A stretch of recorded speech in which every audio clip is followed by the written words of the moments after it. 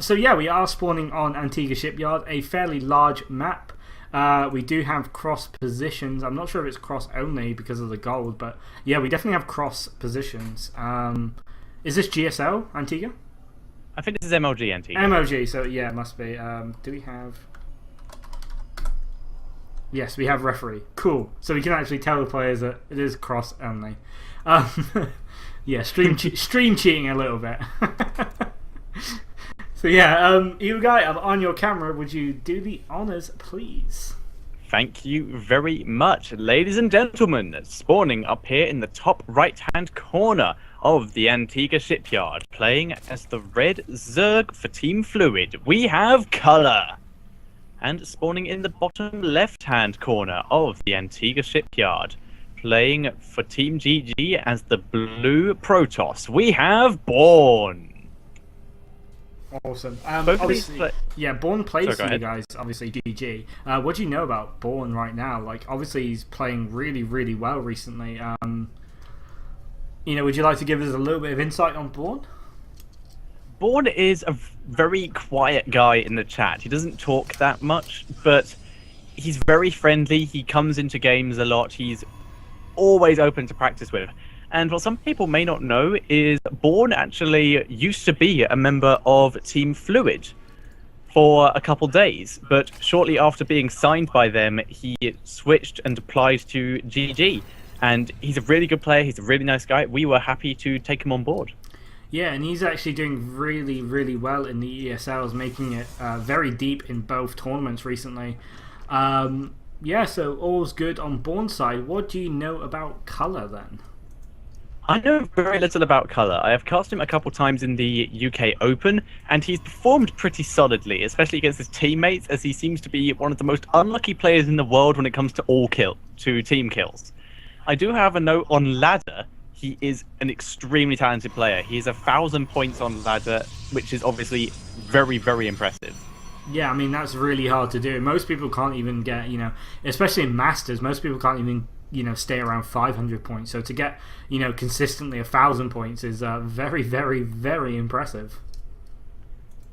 Indeed, absolutely. So it's going to be interesting to see. I think Bourne is around on 900 points. So ladder-wise, these two are fairly even.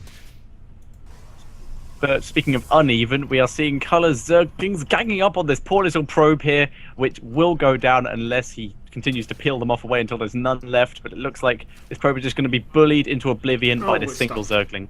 Yeah, it stopped running for a second there, and it looks like it might just be finished off, especially if it runs into Zelnaga Watchtower. The Ling getting a little snidey hit there, if you've seen that. It is on hold position, but the probe just ran into range, so, you know, Ling just kind of jabbing that probe, and, yeah, that probe goes down, so the first kill of the game goes to Color. Yep, absolutely. First blood down for him. Bourne taking a slight variation on the Forge Fast Expand. Some players will like to block off this ramp here. Only a lot more players since DreamHack last year have been walling off using the Nexus. It's not a complete wall off because you leave a gap next to the ramp. However, it is impossible to get in there without running past the cannon, which can obviously be, for any player, extremely deadly. Yeah, I mean, obviously cannons kill Zerglings very, very quickly. They also have a tendency to melt roaches as well, which is, you know, why you see the Forge Fast Expand being used so much. Because if you see the roach all incoming, you can actually just throw down a couple of extra cannons, and all of a sudden you're very, very safe. Absolutely, it can offer a huge advantage for you, and you can see Color's Overlord in a great position here. He can move it round and get a scout on these two gas. So it's really great to see the gas at your opponent's natural, so then you can really tell how quickly they are taking up. At the moment, there are no gas down at the natural, but he is going to have to be careful how far he pokes in here due to this cannon. He could get a couple shots off on him. Yeah, I mean, obviously the sentry now really stopping this gas scout. basically any good Zerg will always have an Overlord here to see the gas, because it is a massive indication. And also any good Zerg will have what Color is doing even in the top left hand corner here with the patrolling Zergling, basically stopping any warp-ins to this third from a pylon on the high ground, which is obviously very, very popular to do. So, you know, Color just showing that his knowledge in this matchup is very, very high right now. We do see a Robotics Felicity just about finishing up for Bourne as well, so that will be the tech choice for Bourne, is going to be Immortals. So, you know, it could go into, it's looking like it's going to go into the standard PvZ, where it'll be, you know, 3-base Roach versus 2-base, 2-base Sentry. Immortal Sentry, yeah, sorry. Completely caught off guard there. That's fine. The Roach Warren is now up for Color, so as you said, he is going to be moving into this more Roach tech. And this has been the tech choice of choice for Protoss for a while now, due to this such heavy reliance on Roaches the Protoss players have been doing. It's almost impossible to survive other than throwing down a crap ton of cannons without these Immortals. Otherwise, the Roaches kind of just melt, even though Stalkers are technically the counter. Roaches just melt through Stalkers in large numbers because they're obviously half the price. Yeah, I mean, obviously speed Roaches are very, very good against Stalker Balls because they can get that surround. They can make sure that they're always hitting. And, you know, Roach DPS is nothing to be laughed at. I mean, most people say that Roaches are OP, but they actually are extremely fragile. But in number, my god, are they swarmy. Absolutely. One-on-one, a Roach will lose against the majority of units that you can go past a Marauder, pretty much. Yeah. Marauder and above, they will pretty much lose in the one-on-one fight. However, a Roach's strength definitely, as you said, lies in its numbers or in its support. Like you will see Roaches used with Hydras. The Roaches aren't the major DPS dealer there, it's the Hydras. The Roaches are there to tank damage and win, basically. Just use them as basically the Zealots in a Zealot Archon mix. Yeah, exactly. I mean, Roaches are very tanky, they're very quick. They're very easy to produce. So during those early stages of the game, Roaches are extremely good, but as they get later, Roaches just tend to die a lot. And we do see Bourne now warping in a bunch of Stalkers and using a Warp Prism with 2 Immortals there to... it looks like he's going to push out of it, keeping those Immortals extremely disguised right now.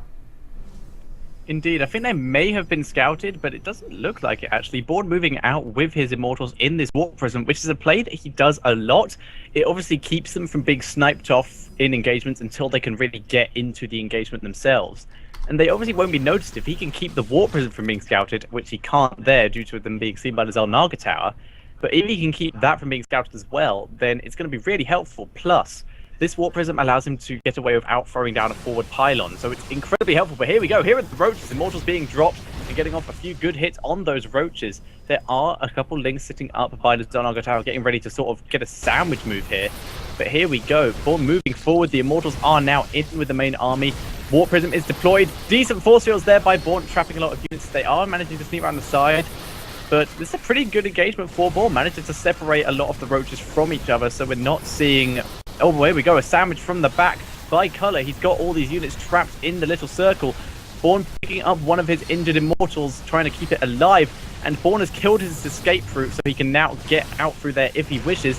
And this attack is still going. This Immortal running out into the open, though, needs to get away from that before it gets sniped off, running back to the Warp Prism and gets in. So good save on that Immortal. Both Immortals being dropped back out now to deal the damage that they need to do. And this attack is being pushed back slowly, but the thing is the majority of these Stalkers still have all their shields, so this attack is still pretty strong. Yeah, and both Immortals still alive with some decent micro as well. One with 6 kills, one with 10 kills, so, you know, these Immortals really paying for themselves. And if, you know, Color keeps producing Roaches in small numbers against his army, he is eventually going to lose. Now, Bourne getting himself in a great position, using these Stalkers to tank, again saves the Immortal. These Immortals just don't die, and the amount of DPS they put out, again saving the Immortal. Oh my god, brilliant micro. These Immortals truly paying for themselves. Now this Immortal is actually on 8 HP, still fighting. This one Immortal finally goes down, but my god, have they paid for themselves.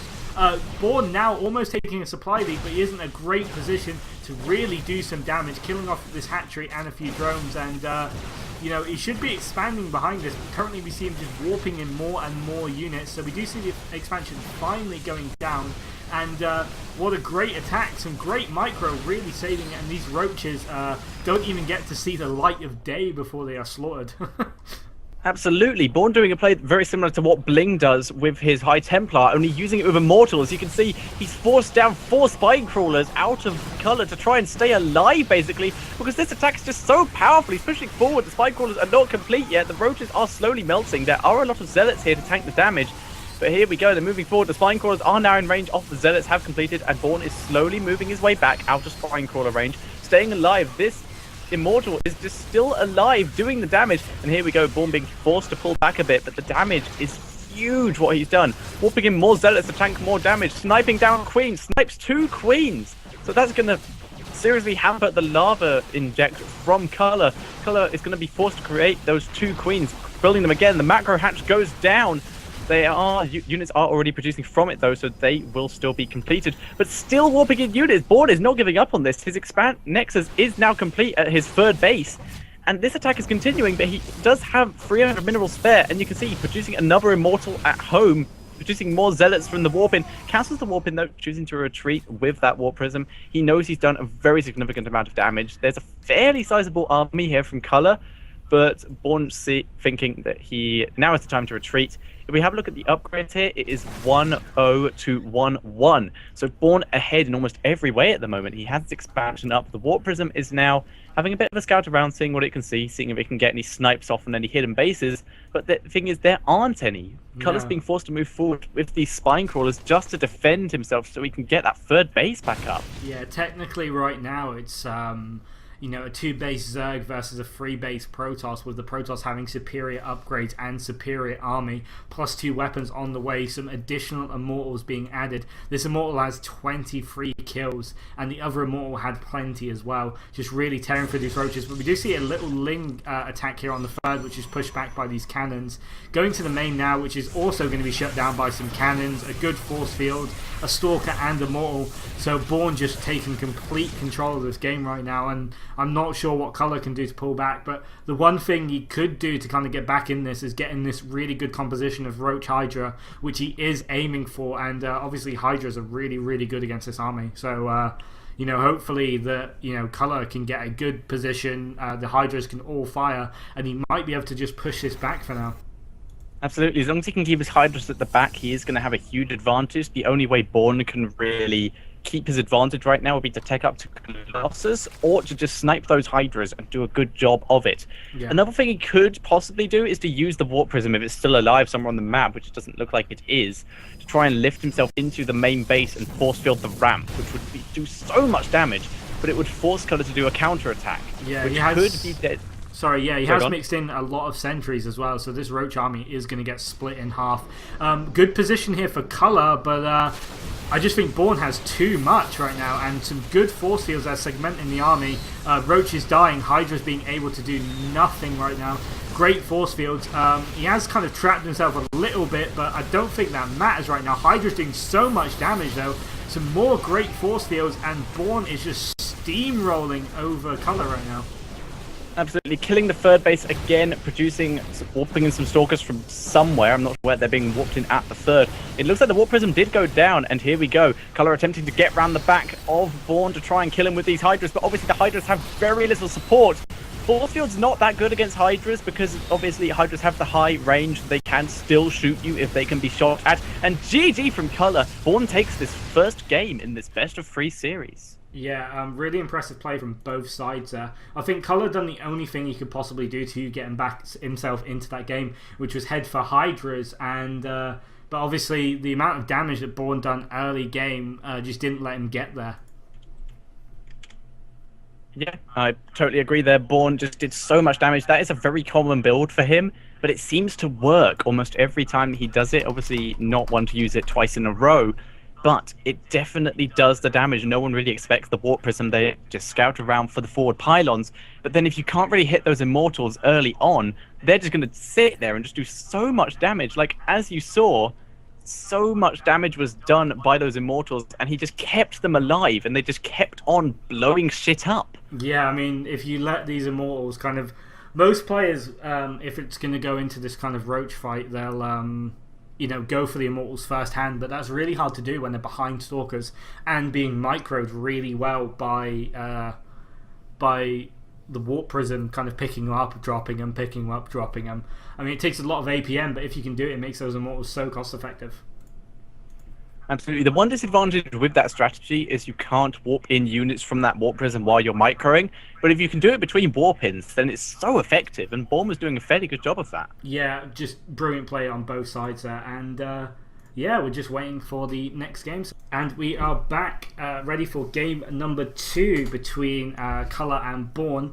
Again, PvZ, unless they've decided to race switch halfway through the set, which I'm not sure we allow, but... it could happen. Yeah, it could happen. We have seen that in previous show matches before, but it's not being allowed nowadays. That's kind of good. Kind of good for me, because the starboard would get awfully confused. Yep, fair enough there. So the map is Ohana Ladder Edition, which is obviously the edition, if anyone ladders, that is the version of the map you will be playing. So interesting choice here from... Well, obviously it'd be Colour's choice. It is a very small map, so you don't really see Zergs picking this map a lot. Do you reckon he's got like kind of a plan? He must have a plan, but what could it be? Well, the reason any Zergs really would pick this match is because they would deny their opponents a fourth. So that is going out on a very strong whim that your opponent is going to take a fourth. So Colour could be predicting that Bourne is going to go to a macro game after that highly aggressive 2-base play that he did. Yeah. So he may be thinking that Bourne's going to do that, but Bourne might obviously know the map and choose not to do that. So it's going to be interesting. Yeah, again, like a really interesting choice from Colour. As a Zerg player, I'd probably try to avoid this map in any sort of, match point situation, much favouring the bigger maps like maybe Daybreak or, something similar to that. But, we'll see how this plays out anyway. Would you like to intro the players? I would very much like to intro the players. So, ladies and gentlemen, spawning in the bottom right-hand corner of the Ohana LE as the Red Zerg playing for Team Fluid, we have Colour. And spawning in the top left-hand corner as the Pink Protoss, playing for Team GG, and currently 1-0 up in this series. We have GGBourne. And can you tell that my throat went while I was doing that? Oh, is that what that was? I thought it was a Skype thing. Yeah. I just tried to run with it. Maybe sound a bit more like Kevin, actually, like we had on earlier without the accent. Yeah, I mean, it's so weird, kind of. When you... It's like, I've heard him talk for the past, 2 years. I've, listened to all the IPL casts. I've listened to his, little news segments he's done. And then to speak to someone that you've been listening to for 2 years, it kind of feels like you know them. It was a very strange feeling. It does. I've had that with people who I've only type talked to. That's pretty much like the Facebook situation. I met him online, Mom. No. He's not weird. He just wants to meet me at some random diner in the middle of nowhere. That was like it with me. Just like I've been speaking to Jobasar for the UK championship qualifiers, and never spoken to him a word. And then it's like, oh, I'm going to meet this guy who I've been speaking to for the last few weeks in person in what is basically a warehouse. This seems perfectly safe. When you say it like that, I was going to say, if you're going to meet anyone from online, Jurasar would probably be the guy. He just seems too nice to be, weird. Yeah, fair enough. Had a show match with Bling and Andy Pandy and DDR. Oh, wow. If you guys haven't seen that VOD, please look for it. It's, Jurasar versus Bling on DDR. Now, Jurasar has about 300 APM with his feet. It's very, very impressive. Absolutely. Both players just going for standard 2 bases at the moment. We're not seeing Colour taking an extremely early expand, but obviously that would be incredibly risky and very unusual for him to do. So pretty standard out of both players at the moment. Yeah, well, we do actually see, rather than 3-base Roach, it looks like it's going to be 2-base Roach, and this Roach run is about 2 minutes earlier. And if he denies this Zealot Scout, then it might mean that Bourne has no idea what he is doing, and it looks like he will push this Zealot back. Yes, he does, just keeping 2 Lings alive there. So some pretty decent micro from Colour, denying all vision. And as you can see, 26 Zerglings on the way. So it looks like Colour is going to go for this all-in. There's no doubt about it, simply because there's so many Lings, so many Roaches, not a third base. Barely any drones and only 1 gas. So it looks like it is going to be a Ling Roach all-in versus a Protoss, and that could be extremely strong in this situation. It is going to be extremely strong because, as we can see, Bourne throwing down his gas at his natural, and he still only has this 1 gateway. He hasn't even started producing more gateways yet, and it's only just started the robotics facility, and this push is already at his front door. He has nothing to defend this with. And there's even a gap in his wall off. These Lings can very simply do just that and run straight through. There is an Autosis pylon. Has Colour noticed? Oh no, it isn't an Autosis pylon. Sorry, there is another one.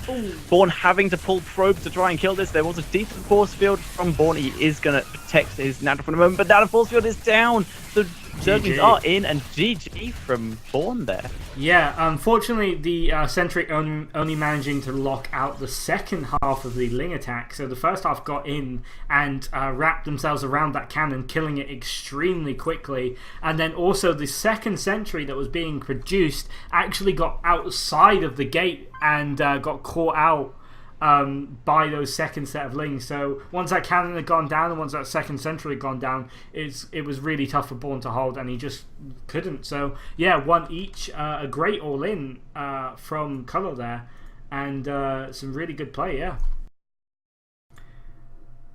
Hello guys, welcome back to Fast Expand, and we're just about to conclude this best of 3 between Bourne and Colour with game 3, obviously 1-1, tied up, match point, etc, etc. I'm excited. I'm really looking forward to this. So am I. We've seen 2 fairly quick games, but they've been showcasing a lot of talent there, and a lot of shushes from me. So a lot of shushes? I'm hoping to see preferably a macro game, because both players have gone for some two base attacks basically. So I'd like to see preferably 3 or more bases from both players in this match. Well, if they were going to do a long macro game, Shakura's Plateau is probably the map to do it. It is a little bit hard to go for that early 3 base style because obviously this third base is so far away from your natural. But as for split map versus split map, it is absolutely ideal. Yep, totally agreed there. So do you want to introduce the players? I certainly do. So spawning in the top left hand corner as the red Zerg, we have Colour.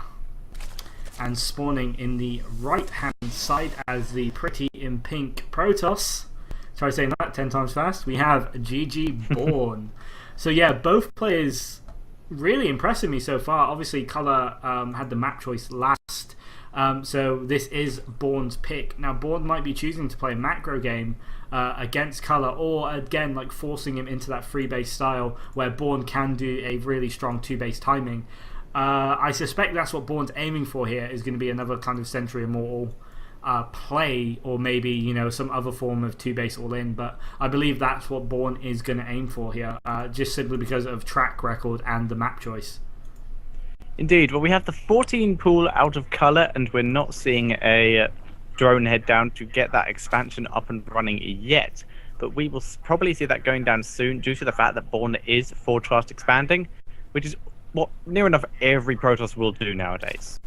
Yeah, I mean, it's very, very rare that you don't see a Protoss forward fast expanding. Even on ladder, like literally you play 100 ladder games against a Protoss as Zerg, and you know 99.9% of them will be forward fast expands. You know, unless they're doing some sort of cheese, but you know, we don't actually see that a lot. And we do have a pause from Bourne here, so I'm just going to ask what's up.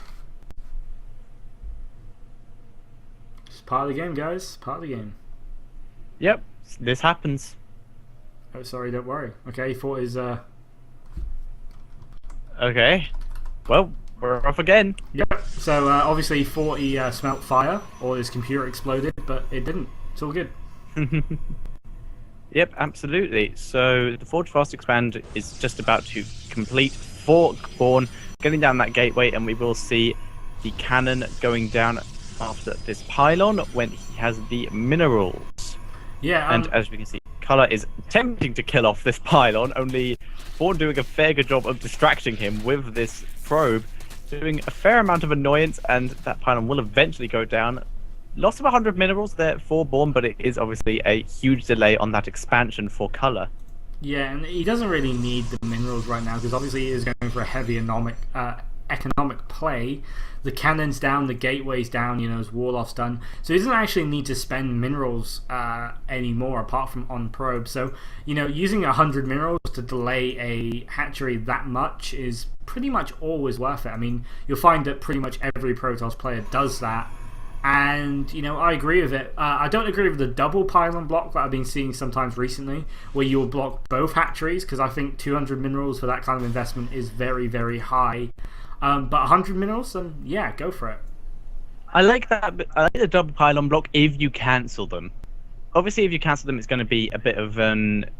It's only going to be 50 minerals, so one probe less. Yeah. But if you let them both complete, as you said, 200 minerals, that could be 2 Zealots. That is obviously going to be about 4 or more Zerglings. Yeah, and speaking of Zealot, we do see Bourne Zealot making its way across now. This initial Zealot is, he used to stay at home and make sure that no Zerglings got in, but recently Protoss players have been, sending us straight across the map, scouting that further, maybe even killing a few Lings on the way, and I think that's a much better use for a Zealot than, chilling at home and relaxing. Indeed, obviously the Zealot is going to be useful for blocking off the gap in the Forge Fast Expand, but as you said, it's definitely much better for the Zealot to be out on the map doing the damage, and now we're going to see Colour doing some good Ling micro again, keeping all 4 of these Lings alive. Nope, one of them does go down, 2 down, and good micro from Bourne here using Zealot Stutter Step, which is interesting, getting these Zerglings, but he does get 2, but the Zealot finally does go down, and the expansion remains without any damage done to it. Yeah, but obviously Bourne getting the information now, seeing that there is a third base, and upon seeing that, he's actually immediately thrown down a robo facility. So obviously suspecting the free base roach play, which is, it's very, very common. I don't want to say like expected because, this early free base could also mean, Mutalisks. It could mean like Hydras or Quick Infestors or anything, but majority of the time it is going to mean these roaches. So putting down a robotics facility is probably the best thing that Bourne can do right now. Indeed, I actually like seeing more Zerg players who do go for this free base muter, because if they can get just that amount of scouting that you just saw Bourne get, if you look at Bourne's vision, Bourne hasn't seen that much tech from Colour. He's seen the bases and spawning pool. That's it. He hasn't seen any gases. So obviously, if Colour was to go for this muter, Bourne would have built a Immortal. Immortals can't shoot up, and that would be very bad for Bourne if he had done that. Which is why I see a lot of Zerg players going for that, and it's very not preferred, but it's a pretty decent build for them now that roaches have become the metagame, basically. Yeah, definitely. I mean, I do see quite a lot of Zerg players kind of doing this free base meter play because it is going to force the Protoss player to kind of go robotics.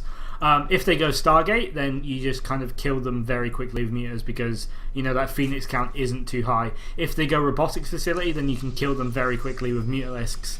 If they open like DTs or Archons, and it's a little bit more difficult, but it's easy to switch into Roach. So I'd love to see the metagame switch to back to Muters again from Roaches, and really kind of get the Protoss back involved in this matchup. Because right now it's kind of like, okay, he's got 3 bases, I'll do Immortal Sentry Stalker, rather than kind of like thinking about it. It's kind of autopilot situation right now.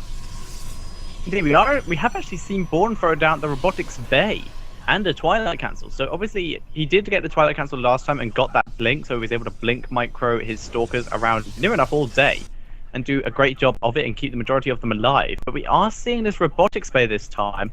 This may be for the Warp Prism speed as he already has it out, or we could be seeing him getting out some of those Colossus, He does have all of his gas down, but only 1 gas on his second gas on his natural. Yeah, definitely. So we do see a little bit of harassment from the warp prism here, but it is going to be shut down by roaches. It was spotted by this Overlord, very luckily there by Color. He's actually in the point of moving it, and yeah, it kind of spotted everything. We do have a bit of an Artosis pylon here by Bourne as well. If that goes down, then all his production pretty much goes down with it. And Color managing to sneak a Zealot into the army of Bourne as well using that changeling. So you know, Color sitting pretty with complete map vision right now. Up a base, his upgrades are starting to kick in as well, and Bourne's production is a little bit behind, but we do see 4 gateways being added on, Colossus in the mix as well. This is going to be one hell of a 2-base push by Bourne. Indeed, Bourne choosing to not get as many Immortals out, only having 2 out at the moment, one of them being in... No, it wasn't a Warp Prism, wasn't a Immortal in that Warp Prism, sorry, it was a Zealot. So only 1 Immortal out at the moment. The Changeling is moving into the base. If we have a look at Color's point of view, he hasn't seen the Robo or the Robotics Bay or the Twilight Council, and the probe does kill it off before it gets the scout on those, so he has no idea these Colossus are coming unless he saw it pop out, which I don't think he did. No, I don't believe he did, but we just see these 4 gateways finishing up now, bringing the total to 1, 2, 3, 4, 5, 6, 7, 8, 9, 10 gates, plus 3 weapons halfway done, plus 2 armor halfway done, second Colossus on the way, and Color is making Hydralisks. Those are going to melt those Colossus when they get out. However, the Colossus don't have extended thermal lance, which is the big issue here. Obviously, as we have said, Hydralisks do a fair amount of DPS, so he can obviously get in range without that range upgrade on the Colossus, which is only just started. If he went now, he'd have a very good chance because he could pick off those 2 Colossus because they wouldn't be able to get out of range. However, if he waits and Bourne is able to get out that extended thermal lance, Bourne is going to be in a much better position. Yeah, we do actually see the really good timing right now. Extended thermal lance ready in 110 seconds, plus 1 weapons ready in 100 seconds, plus 1 armor ready in plus 2 armor ready in 50 seconds. So this is going to be a plus 3 extended thermal lance 10 Colossus timing. Can Color hold this? I mean, he's going to have 200 quite easily. He's going to have a bit of a bad composition to deal with this. He is now getting a Spire, +1/+1 almost done. He is so far behind on upgrades, so far behind on composition. I don't think he can hold this. If Bourne does this right, then it's going to end in one big bloody battle. Bourne does have the army advantage, not the army advantage, the upgrade advantage here and the composition advantage. However, the advantage lies in Color due to the fact he just has so many units right now. Bourne doesn't have a very big army at all. No, but he is able to reinforce using this warp prism. As you can see, he can warp in 20 supply worth of zealots every single warp in. So this is going to get very, very nasty, very, very quick. And so far, I don't think Color knows exactly what is heading his way. The upgrades have been done. Extended thermal lance just finishing. A 3rd base coming down. But this is all in if I've ever seen it. And now Color knows. Color knows what's happening, and he is going to have to do something pretty damn special to hold this one off. Yeah, Bourne is going for it. Color attempting to get into a position where he can sort of do a sandwich. He hasn't seen that Colossus. He's going for it from behind. The Colossus doing a bit of micro, but the Lings get the surround on it. Force field is blocking off the roaches. The Colossus hits him with the main composition. Stalkers are tearing through those roaches. The Colossus lives, and the force fields block off everything. Traps a few units there. Really aggressive Link. Also onto the high ground, giving him that vision that he needs. And Color has no high ground vision at the moment, apart from those overlords, which are just out of the way at the moment. But here we go. Bourne just moving forward aggressively, has an observer with the main army, killing off creep tumors. He is denying the vision from Color and destroying this army. Here we go. We're seeing the melt here from Color. On move command. Those roaches just dying as they run past. Can't help but think that's a massive mistake that might have just lost him this game. Absolutely, really bad mistake there. The thing is, there's just so much damage being dealt from Bourne at the moment. If we have a look at these Colossus with the +3 upgrade, they do 21 damage, and it's all of it is splash. The Stalkers are just sitting in the front, tanking. There are Zealots, trapping the roaches from getting up onto the high ground where the majority of Color's composition is. He's also still producing, and from that 3rd base, and the Spire is now up. He's producing mutants, but the mutants are just being obliterated by these Stalkers right now. and Bourne is just pushing forward, doing so much damage. Where is the warp prism? Is he continuing to warp in from it? It was on the high ground. Anymore. Yeah, it was on there the high it is. ground. It's on the high ground in the main base, and Bourne moving up to it to get the rest of his army there. There are 4 zealots in this warp prism, and here we go. Here is the engagement. The roaches are just melting. There are mutants in the main base. The Stalkers warping in as well for Bourne at home, and GG from Color.